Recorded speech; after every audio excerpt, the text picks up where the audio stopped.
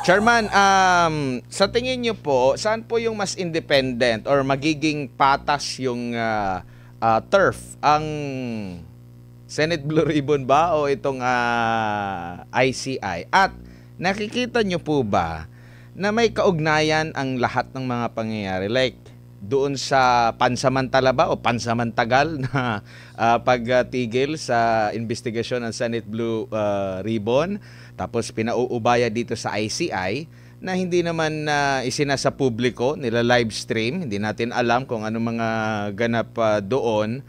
Tapos eto ng paghakbang ng ombudsman ngayon na unti-unti nang hindi na unti-unti, panay ang mga sinasabi na ay ang direksyon doon sa nakalipas na administrasyon, which is nabanggit nyo din po kanina yung issue doon kay Senador Bongo, doon sa Farmally, at sa confidential fund, sa SALN. Magkakaugnay po ba yan sila at sino yung mas independent kumbaga, Chairman? Ang mas independent dyan talaga is the Senate Blue Ribbon Committee. Dahil, number one, kanya-kanyang utak yung mga senador eh. Tapos nakita mo, basta yung Blue Ribbon Committee na headed ni Senator Marcoleta, okay yan, mapagkakatiwalaan natin yan. Pero yung headed by someone else, so iba ni Senator Ping Lacson, nakita natin na biglang nag-iba ng direksyon. They should have picked up from where the Blue Ribbon Committee stopped eh. Pero biglang naiba na. Meron ng mga pangalan na ibang binabanggit, samantalang hindi pa tinatawag yung mga nabanggit nung bago kunin kay Senator Marcoleta yung chairmanship. So, pag binalik natin kay Senator Marcoleta yung Blue Ribbon Committee na yun, Michael Aguinaldo is represented by... Dahil nakita natin, doon no holds barred talagang pangalanan mo lahat. Number two, yung ginagawa nila na shifting the blame is really a strategy ng mga administrasyon na isisi sa nakalang administrasyon ang problema. Lagi naman nung ginagawa yun, it's precisely what they're doing today. Kaya nga sinabi ko, ngayon inumpisahan kay kay Senator Bongo, abangan nyo in the following days, kay Sara na yan, tapos kay Digong na yan, mamaya si Bato na rin yan, mamaya lahat na yan, puro mga kalaban na nila.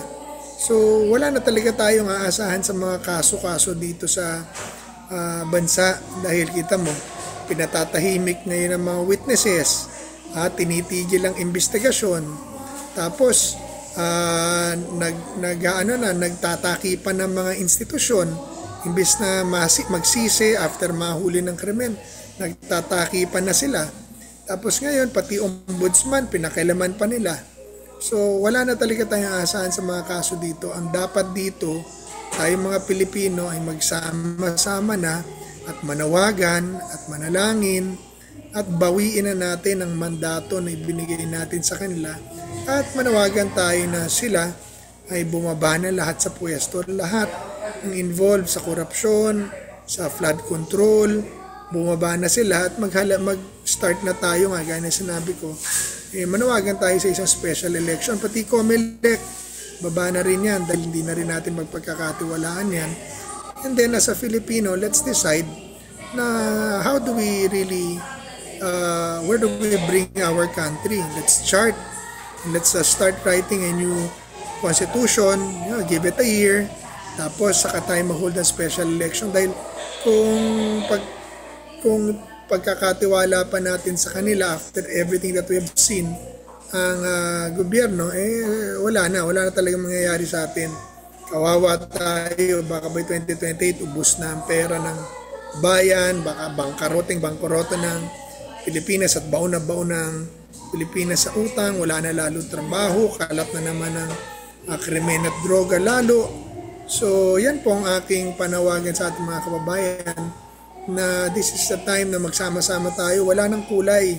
Pwede ka ng dilaw, puti, pink, pula, green, whatever your color is or part is. Isang tabi na muna natin yan. Magsama-sama tayo bilang Pilipino, isang dugo, at manalangin at magpakumbaba sa Panginoon Diyos at sa isa't isa. Tapos manawagan sa ating sa pamahalaan at sa mga opisyal na bumaba na sa kanilang pwesto dahil wala na naman tayong tiwala sa kanila. Opo,